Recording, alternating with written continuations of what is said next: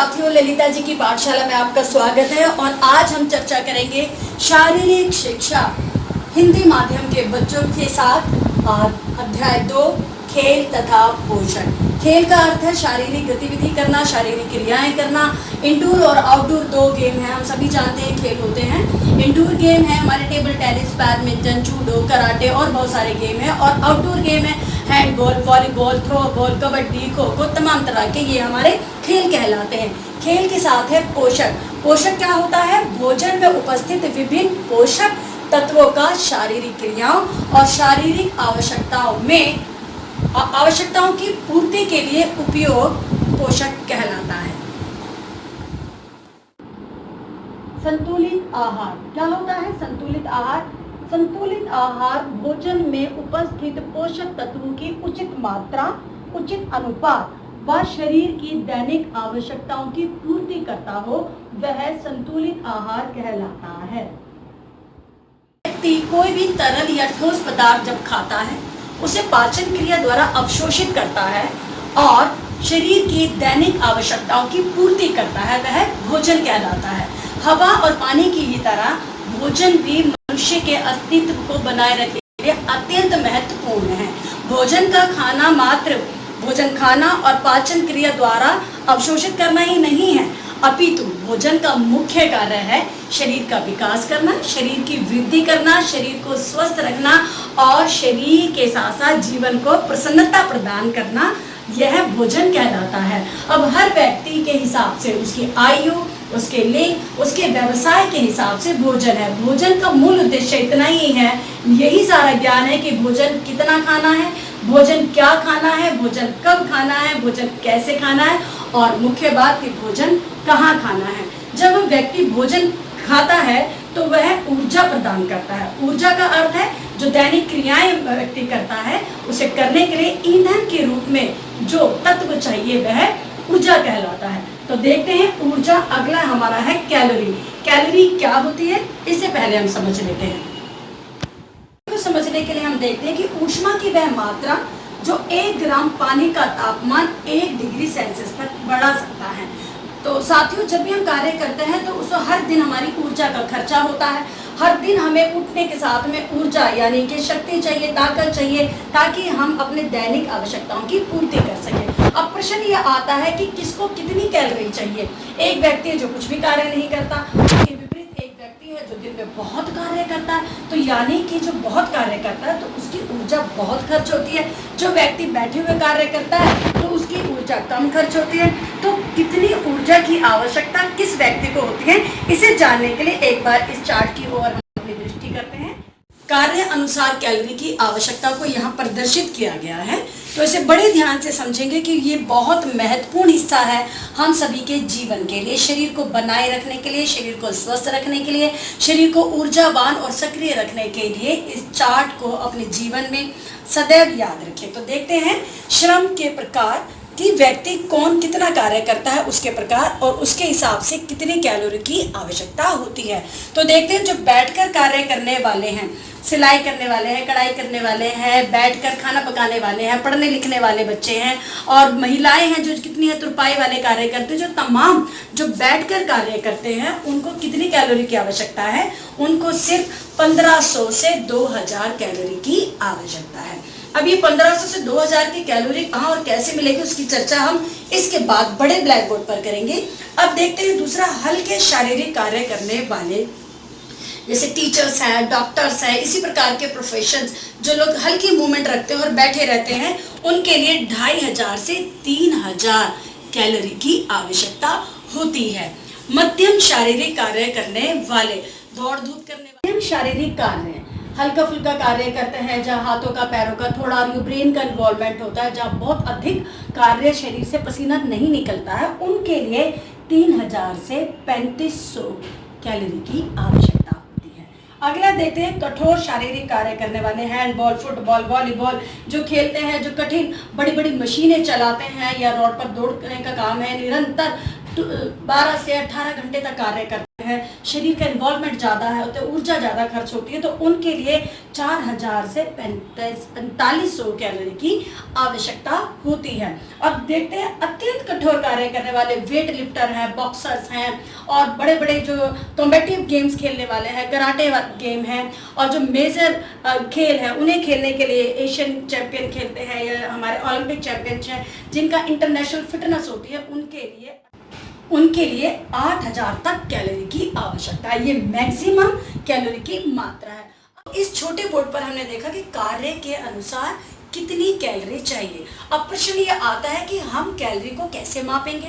एक आम व्यक्ति कैसे जानेगा कि कितनी कैलोरी आज खाली है, तो किस भोजन में कितनी मात्रा में कितनी कैलोरी है, यह महत्वपूर्ण जानकारी है। तो इसे जानने के लिए एक बार चलते बड़े वाले ब्लैक बोर्ड की ओर, जहाँ सुंदर सा चार्ट बना है, इसे आप देख सकते हैं कि हमने बड़े आराम से इसमें लिखा है कि किस भोजन में कितनी 100 ग्राम यदि हम लेते हैं तो उसमें कितनी कैलोरी होती है। तो इसे गौर से देखते हैं। यदि खाद्य पदार्थ में हमने मक्खन लिया, अब 100 ग्राम मक्खन यदि हमने खाया है तो 100 ग्राम मक्खन में 700 कैलोरी है। आप इस प्रकार से अपनी कैलोरी को कैलकुलेट कर सकते हैं। और साथियों, जैसे कि हम सब देखते हैं कि हमें डाइटिशियन की आवश्यकता है या कौन बताएगा कितना खाना, भोजन कितना खाना है और कैसे खाना है, तो ये चार्ट आप अपने रसोई घर में लगा लीजिए। टेक्नोलॉजी का टाइम है, अपनी व्हाट्सएप स्क्रीन पर लगा के रखें और निरंतर कैलकुलेटेड डाइट आप लेंगे तो आपका शरीर स्वस्थ रहेगा और आपका आकार में रहेगा और एक्स्ट्रा वजन भी नहीं बढ़ेगा। इसी के साथ अगला देखते हैं, यदि आप 100 ग्राम पनीर खाते हैं तो उसमें कितनी कैलोरी है, 350 कैलोरी है।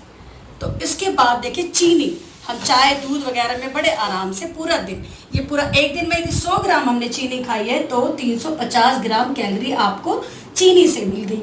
इसी के साथ ब्रेड हम लेते हैं, जैम लगा लेते हैं, तो ब्रेड में अपने आप में ही जैसे डबल रोटी है, 100 ग्राम डबल अंदाजे से आप दे सकते हैं, 2 या 3 ब्रेड हम लेते हैं तो 100 ग्राम ब्रेड होते हैं और उसमें 228 कैलोरी है।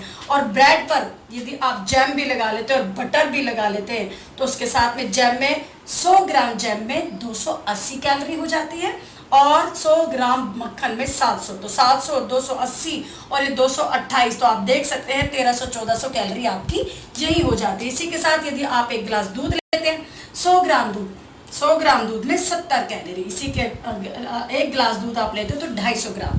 उसी के साथ आप कैलकुलेशन कर सकते हैं, 70 कैलोरी के हिसाब से आपकी उसमें 250 या 300 कैलोरी आ जाती है। इसी के बाद देखते हैं आलू, चावल, मूंगफली, अंडे, सेब और आटा, ये पूरा चार्ट आपने देख लिया और अब इसका स्क्रीनशॉट लेकर आप बड़े आराम से अपने किचन में लगा सकते हैं, अपने मोबाइल में सेट कर सकते हैं और इसी के आधार पर अपना भोजन और हर दिन के हिसाब से कैलोरीज आप सेट कर सकते हैं। तो ये रहा हमारा आज का खेल और पोषण दूसरे अध्याय का संतुलित आहार क्या होता है, भोजन क्या होता है और भोजन में कैलोरीज किस प्रकार होती है, उसको हर दिन के कार्य के हिसाब से, जैसा मैंने छोटे ब्लैक बोर्ड पर आपको समझाया है, किस कार्य को करने के लिए कितनी कैलोरी की आवश्यकता है, ये हमने अभी यहाँ बहुत आराम से और विस्तार से बड़ी खूबसूरती के साथ इसको समझ लिया।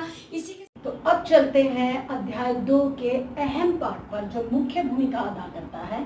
तो एक बार ये माइंड मैपिंग चार्ट हमने बनाया है, कृपया इसे गौर से देखें और चाहे तो आप इसका स्क्रीनशॉट भी ले सकते हैं, जिसे इस प्रकार से तैयार किया गया है कि संतुलित आहार के 2 मुख्य पोषक तत्व हैं जिसे माइक्रो और मैक्रो के नाम से जाना जाता है। मैक्रो का अर्थ है वृहद और माइक्रो का अर्थ है सूक्ष्म, इन दोनों के पोषक तत्व। तो सबसे पहले देखते हैं मैक्रो पोषक तत्व वो है जो दैनिक दिनचर्या में अत्यधिक आवश्यक है, जिसे हम कहते हैं कि जल, प्रोटीन, वसा और कार्बोहाइड्रेट के 2 भाग हैं। पहला है साधारण कार्बोहाइड्रेट और दूसरा है जटिल कार्बोहाइड्रेट। साधारण कार्बोहाइड्रेट है जैसे ग्लूकोज, जूस, अनानास, और इसमें व्यक्ति को तुरंत ही कैलोरी यानी कि कार्बोहाइड्रेट और ऊर्जा मिलती है और ये स्वाद में मीठे होते हैं। इसके विपरीत हम चलते हैं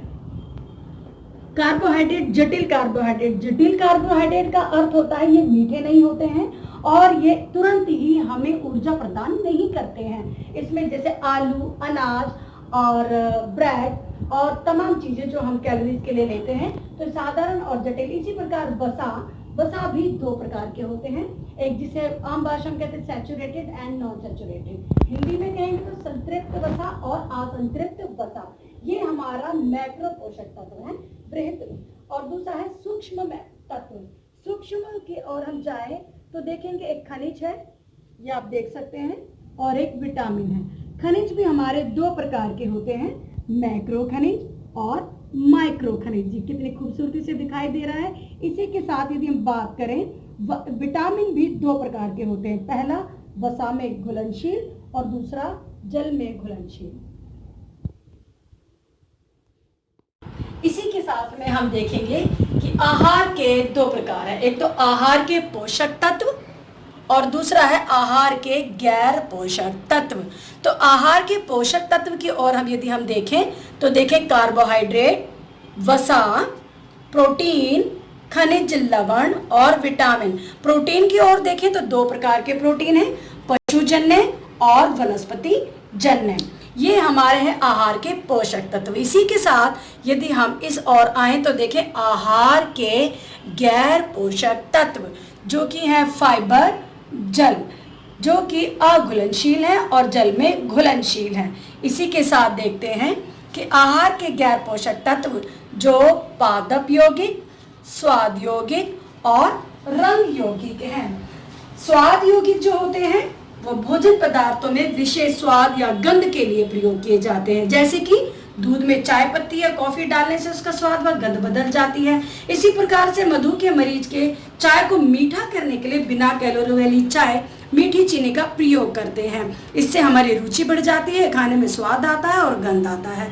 इसी के साथ रंग यौगिक यानी कि कलर कंपाउंड, हर प्राकृतिक खाद्य पदार्थ, फिर चाहे वह फल हो, सब्जी हो, अनाज हो या दालें, सभी का कोई ना कोई रंग होता है। इन पदार्थों को बाजार में अच्छे भाव में बेचने के लिए कई बार इन पर रासायनिक रंग भी चढ़ा दिए जाते हैं, जो कि स्वास्थ्य के लिए घातक हो सकते हैं। जबकि प्राकृतिक रंग यौगिक से हमें कोई पोषण संबंधी नुकसान या लाभ नहीं होता। इसी के साथ अंतिम देखें पादप यौगिक, प्लांट कंपाउंड। रंग तथा स्वाद यौगिक के अतिरिक्त भी कुछ पादप यौगिक ऐसे होते हैं जिन्हें गैर पोषक तत्व पाए जाते हैं। कई पादप यौगिक ऐसे हैं जिन्हें खाने पर उनके लाभदायक तथा हानिकारक प्रभाव हो सकते हैं। विभिन्न शोधों से यह भी जानकारी प्राप्त हुई है कि ऐसे पादप यौगिक हैं जो कैंसर की रोकथाम करते हैं। पादप में ऐसे कोई हानिकारक पदार्थ भी होते हैं जिन्हें यदि अधिक मात्रा में जाएं तो उनके हानि प्रभाव हो सकते हैं, जैसे कैफीन। इसे यदि अधिक मात्रा में लिया जाए तो हृदय गति में, अमाशय से स्रावित होने वाले